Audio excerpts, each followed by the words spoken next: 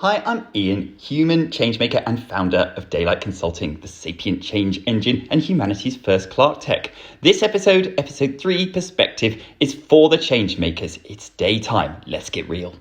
What's your favourite thing about sunsets? I really want to know. Have a think for a second. Oh, I've got it. Have you ever heard a conversation start so ridiculously?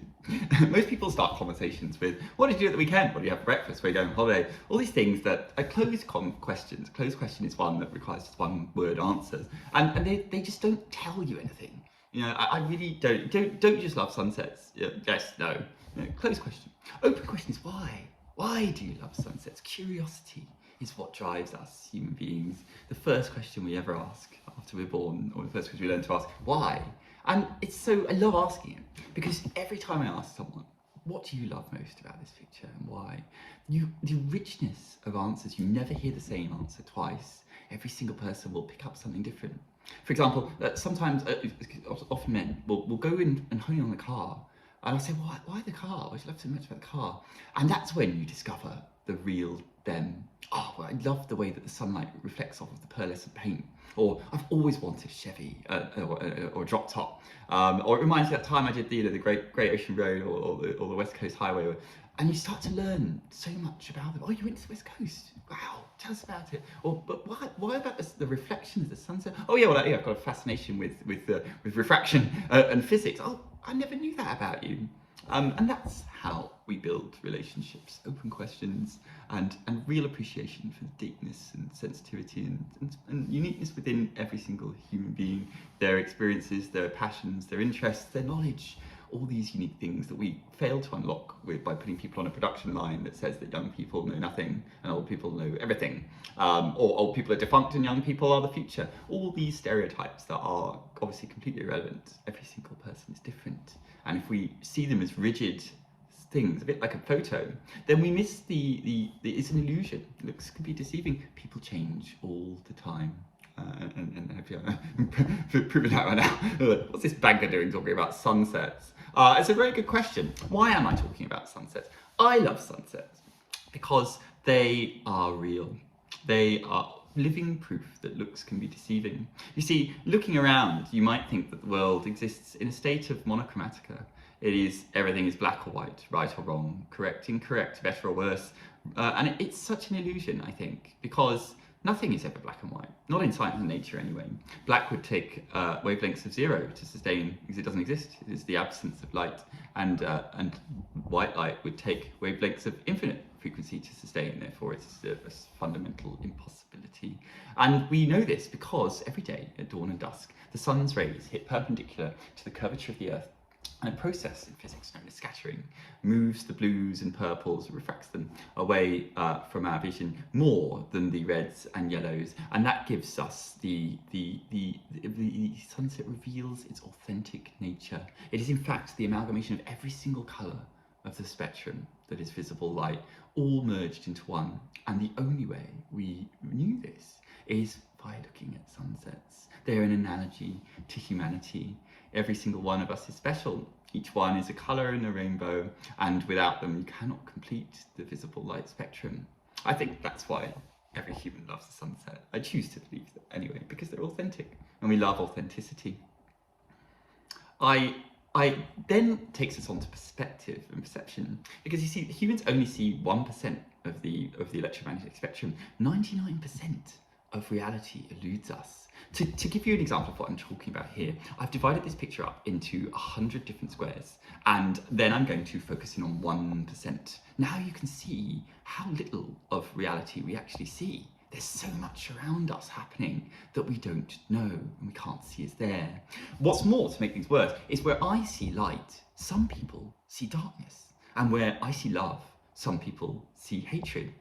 And you can see nothing spells this out better, I think, than the 9th of January 2021, where on the steps of the White House, Donald Trump greeted on his last day in office a crowd of hate-filled moths, effectively angered about differences and binaries and better and worse, we're better, we're genetically superior, blah, and all this stuff. And he rolled them up into a frenzy, basically, and they stormed Capitol Hill. And for the first time in history, the seat of the world's largest democracy, also for whatever American democracy, I should say, is it's not the largest at all, it'll be India. What am I talking about? Actually, I'm even buying it now.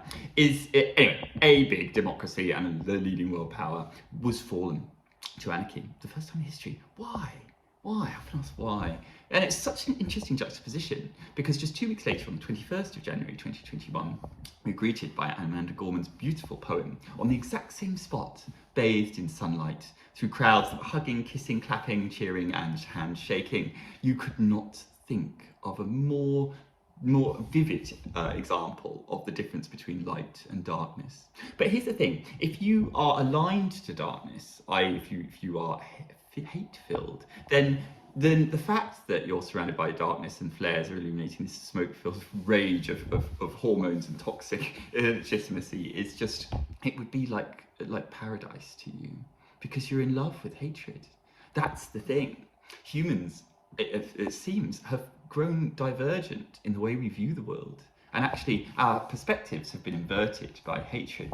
So we actually see things differently. To give an example of that, I don't know if you've ever done the bleep test, but I remember I did it at school when I was 11. And it was the first time in my life I ever realised that I was special. Do you remember the first time you've realised you were special? I hope it's a good memory. Mine's phenomenally pleasant, actually. See, I was one of only 2 kids with African Caribbean descent in my class of 30 in a grammar school in South London, Croydon. And it was the first time I realised I could do something that no one else could do. You had to run, if you're not familiar with it, you have to run from, say this is the gym, and you had to run from one end of it to the other.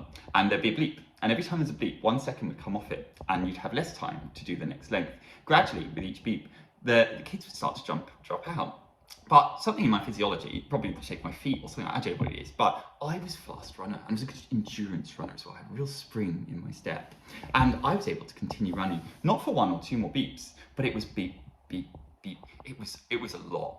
And the kids were just sat there stunned. What is Ian doing this? How can he be better at us than something else? They all started cheering. And it was a phenomenally beautiful memory of mine, because it was so liberating. There is something I can do. I'm not useless. But the thing is, shortly after George Floyd, I was in my apartment in New York, and I was listening to an Emily Sunday song. A particular line got to me, and something clicked in my mind. I don't know if you've ever seen this before, or maybe it's just me going mine. But something clicked in my mind, and I was suddenly sat up with a feeling of consciousness that I felt something. She said something that resonated with me.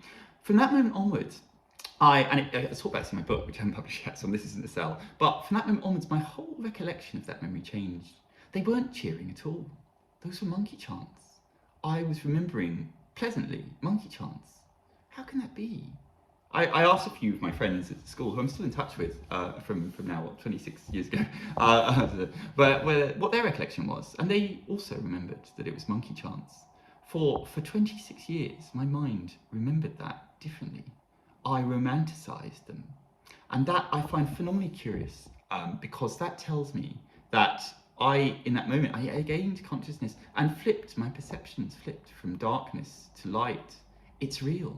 Perspective and alignment is how aligned on this complex spectrum that as humans we are to darkness or light. When you understand that, it's very clear to see what's happening on the steps of Capitol Hill is that people who are rioting are in love with hatred, and the people who are hugging are in love with humanity. That is very telling, because it tells us that there is something wrong with perspectives, divergence. Humanity is separating. Why? Stay tuned. More of that later. We're great. America's great. Everything's great. I'm great. You're not great. I'm much greater than you, but blah.